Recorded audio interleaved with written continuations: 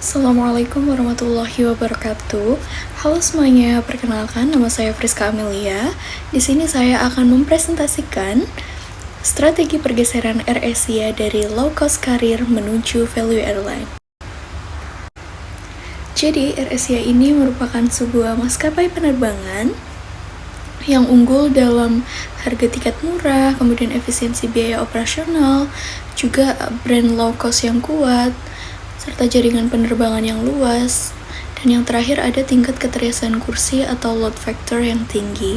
Nah, fokus utama dari AirAsia ini pada strategi biaya rendah atau cost leadership. Kemudian muncul adanya tantangan baru di dalam industri penerbangan. Yang pertama, harga fuel terus meningkat. Yang kedua, persaingan maskapai semakin ketat. Kemudian yang ketiga, konsumen mulai memperhatikan layanan. Kemudian yang keempat, perubahan perilaku perjalanan pasca pandemi COVID-19. Kemudian yang terakhir ada kondisi ekonomi global yang tidak stabil. Nah, tantangan di industri ini dianggap tidak cukup jika hanya menggunakan strategi low cost saja. Kemudian AirAsia merespon dengan strategi value airline, yaitu berfokus pada harga yang tetap kompetitif. Kemudian ada customer experience dan juga kualitas layanan, digital service, serta diversifikasi layanan. Baik, untuk selanjutnya adalah rumusan masalah. Nah, rumusan masalahnya adalah sebagai berikut. Kemudian ada analisis SWOT dari AirAsia. Nah, yang pertama ini ada kekuatan atau strength. AirAsia ini memiliki keunggulan cost leadership atau biaya rendah, brand kuat sebagai maskapai low cost carrier terkemuka.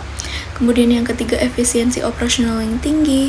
Yang keempat, jaringan rute yang luas, yaitu domestik maupun internasional.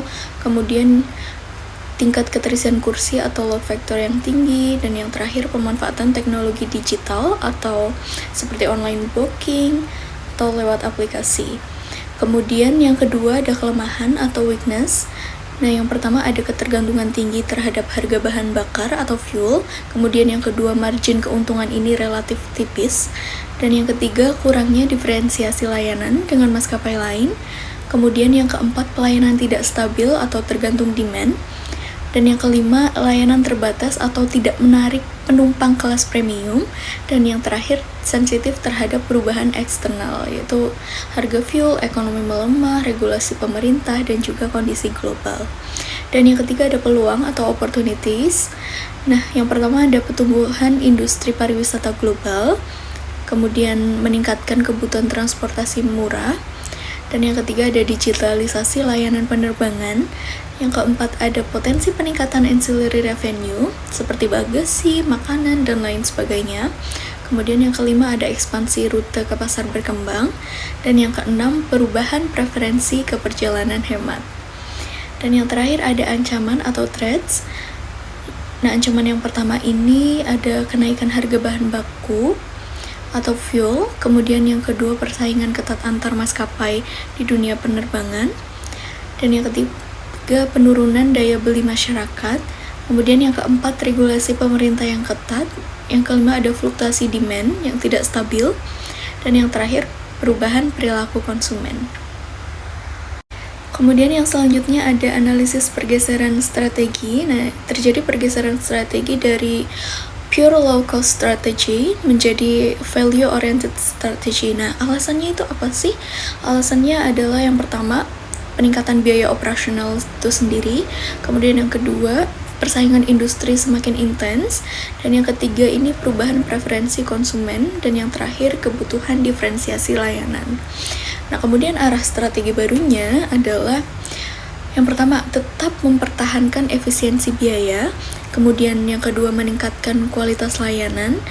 Yang ketiga, mengembangkan ancillary revenue. Yang keempat, fokus pada customer experience. Dan yang terakhir, transformasi menuju value airline. Nah, pergeseran strategi ini bertujuan untuk menciptakan nilai lebih bagi pelanggan dengan tetap menjaga daya saing dan profitabilitas dari AirAsia itu sendiri. Nah, terjadinya pergeseran strategi ini dikarenakan ada ancaman yang semakin meningkat, baik dari internal maupun eksternal. Yang pertama, harga bahan bakar atau fuel yang terus meningkat. Kemudian yang kedua, persaingan industri penerbangan semakin ketat. Kemudian yang ketiga, konsumen mulai memperhatikan kualitas layanan. Yang keempat, fluktuasi demand pasca pandemi. Kemudian yang kelima, perkembangan digitalisasi semakin cepat. Dan yang terakhir ini, regulasi pemerintah semakin ketat. Nah, kemudian solusi strategisnya apa dari AirAsia sendiri? Nah, dari AirAsia sendiri itu yang pertama ada efisiensi biaya operasional. Jadi AirAsia mengoptimalisasi penggunaan bahan bakar itu sendiri. Dan yang kedua, diferensiasi layanan. Jadi AirAsia juga menawarkan paket value bundle untuk pelanggan-pelanggannya. Kemudian yang ketiga, fokus pada customer experience. Nah, AirAsia ini menerapkan layanan yang ramah serta responsif. Kemudian yang keempat ada diversifikasi layanan, yaitu AirAsia menyediakan AirAsia Move, Travel and Lifestyle. Kemudian yang kelima ada pengembangan layanan digital. Kemudian yang terakhir ada adaptasi strategi bisnis. Nah, tujuan akhirnya ini menjadi value airline pilihan utama dengan layanan berkualitas, harga tetap terjangkau, dan pengalaman terbaik bagi pelanggan. Nah, ini pergeseran strategi AirAsia. Nah, jadi strategi lamanya ini yang pertama fokus pada harga tiket murah, kemudian keunggulan utama pada efisiensi biaya, ada revenue utama dari penjualan tiket, kemudian yang terakhir ada kompetisi berbasis harga. Kemudian terjadi pergeseran strategi dikarenakan konsumen mulai memperhatikan kualitas layanan, kemudian persaingan industri penerbangan semakin ketat, margin keuntungan juga semakin menipis, dan yang terakhir perubahan perilaku perjalanan dan juga kebutuhan pelanggan. Nah, arah strategi barunya itu fokus pada value airline, kemudian customer experience dan juga kualitas layanan, dan juga yang ketiga ada diversifikasi ancillary revenue, dan yang terakhir ada digital service and innovation. Kemudian yang selanjutnya ada diagram TOWS dari AirAsia itu sendiri. Yang pertama kekuatan. Nah, kekuatan yang paling tinggi ini berada di nomor 2, yaitu brand kuat sebagai maskapai low cost carrier terkemuka. Kemudian yang kedua ada peluang. Nah, peluang terbesar ini berada pada nomor 1, yaitu pertumbuhan industri pariwisata global. Kemudian yang ketiga ada kelemahan. Nah, kelemahan tertinggi ini ada pada nomor 1, yaitu ketergantungan tinggi terhadap harga bahan bakar atau fuel.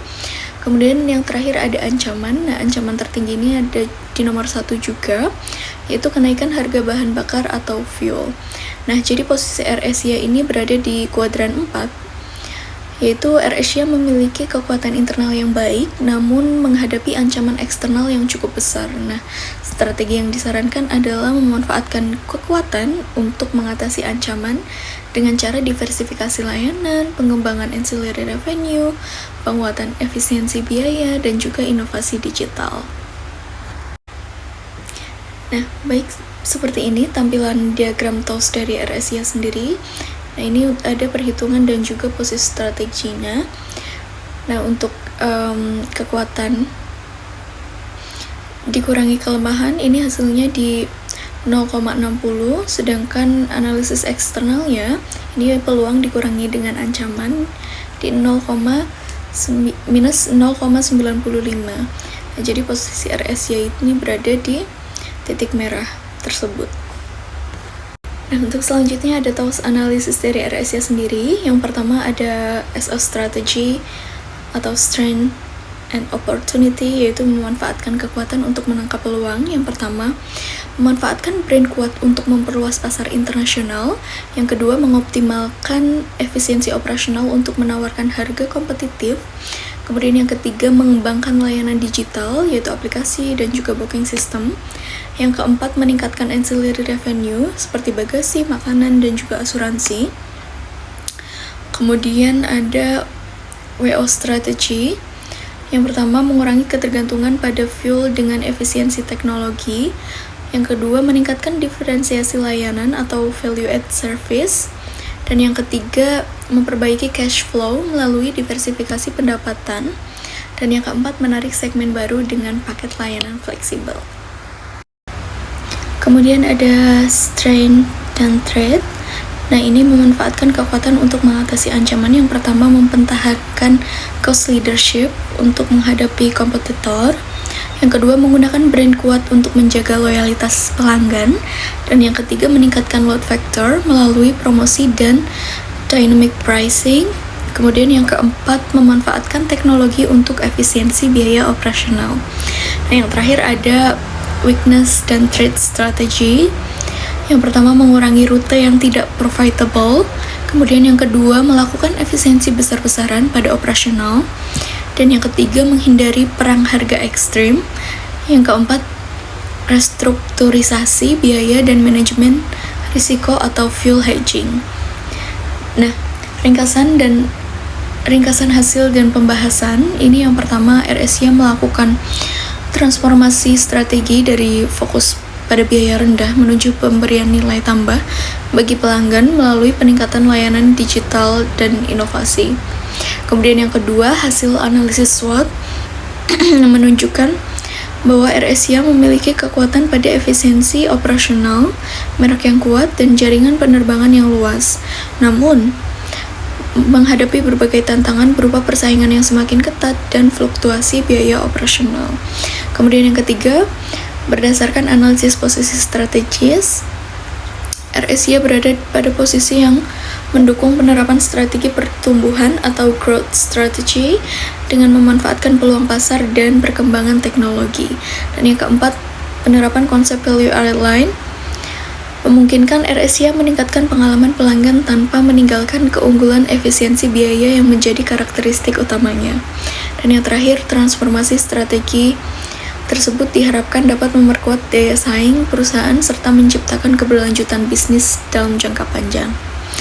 Nah, untuk kesimpulannya sendiri, yang pertama, model LCC ini masih relevan karena segmen pasar yang sensitif terhadap harga ini masih besar, dan juga efisiensi biaya ini memang menjadi keunggulan dari RSIA. Kemudian yang kedua, tantangan eksternal ini yang semakin kompleks, jadi seperti harga bahan bakar, kemudian persaingan maskapai yang semakin ketat, dan juga perubahan perilaku dan ekspektasi konsumen yang terus berkembang. Nah, ini strategi LCC murni ini tidak lagi cukup jika dijalankan sendirian. Kemudian yang ketiga, transformasi menuju value airline. Jadi tetap mempertahankan efisiensi biaya sebagai kekuatan inti. Dan yang keempat, dampak dan harapan jangka panjang. Nah, ini harapannya ini tentunya meningkatkan loyalitas pelanggan melalui pengalaman terbaik. Kemudian yang kelima, ada hasil transformasi strategi. Nah, RSIA ini melakukan transformasi strategi dari low cost carrier menuju value airline dengan meningkatkan kualitas layanan, inovasi digital, dan memberikan nilai tambah kepada pelanggan tanpa meninggalkan efisiensi biaya sebagai keunggulan utama perusahaan. Dan yang terakhir, daya saing dan keberlanjutan bisnis. Nah, jadi berdasarkan hasil analisis strategis, perubahan tersebut berpotensi memperkuat daya saing RSIA, meningkatkan kepuasan pelanggan, serta mendukung pertumbuhan dan keberlanjutan bisnis. Sekian presentasi dari saya, kurang lebihnya mohon maaf. Wassalamualaikum warahmatullahi wabarakatuh. Bye.